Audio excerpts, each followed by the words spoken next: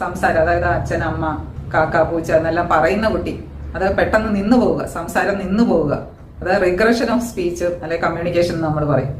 അപ്പോൾ അങ്ങനെയുള്ള സമയത്ത് നമ്മളത് വളരെ കാര്യമായിട്ട് എടുക്കേണ്ടതാണ്. അപ്പോൾ ഇത്രയും പറഞ്ഞ സയൻസ്, പ്രത്യേകിച്ച് ഐ കോണ്ടാക്ട്, പേര് വിളിക്കുമ്പോൾ റെസ്പോണ്ട് ചെയ്യാതിരിക്കുന്നത്, കേൾവി ശരിക്കുള്ള കുട്ടിയുടെ കാര്യമാണ് ഞാൻ പറയുന്നത്. സോഷ്യൽ സ്കിൽസിലേക്ക് ടാറ്റ പറയാത്തത്, പേരൻസിനെ കാണുമ്പോഴുള്ള റെസ്പോൺസ്, അങ്ങനെയുള്ള കമ്മ്യൂണിക്കേഷൻ, ആവശ്യമില്ലാതെ വാശി കാണിക്കുന്നത്, അത് ശരിക്കും കമ്മ്യൂണിക്കേറ്റ് ചെയ്യാൻ പറ്റാത്തതുകൊണ്ട് റിപ്പറ്റേറ്റീവായിട്ട് തല ഇങ്ങനെ ആട്ടിക്കൊണ്ടിരിക്കുക, ദേഹം ആട്ടിക്കൊണ്ടിരിക്കുക, കൈ തന്നെ കണ്ണിലോട്ട് വെച്ചിട്ട് നോക്കിക്കൊണ്ടിരിക്കുക, അങ്ങനെ ഒരു സ്റ്റീരിയോ ടൈപ്പ് ആൻഡ് റിപ്പറ്റേറ്റീവ് ആയിട്ടുള്ള ബിഹേവിയർ. ടോയ്സ് കൊണ്ട് കളിക്കാതെ ടോയ്സ് വരിയായിട്ട് വെക്കുക, പിന്നെ ടോയ്സിന്റെ വീല് എപ്പോഴും കറക്കിക്കൊണ്ടിരിക്കുക, അതൊക്കെ ശരിക്കും എസ്റ്റാബ്ലിഷ്ഡ് അസുഖത്തിന്റെ ഡിസോർഡറിന്റെ ലക്ഷണമാണ്. എന്നാലും നമ്മൾ അത്യാവശ്യം നോക്കേണ്ടത്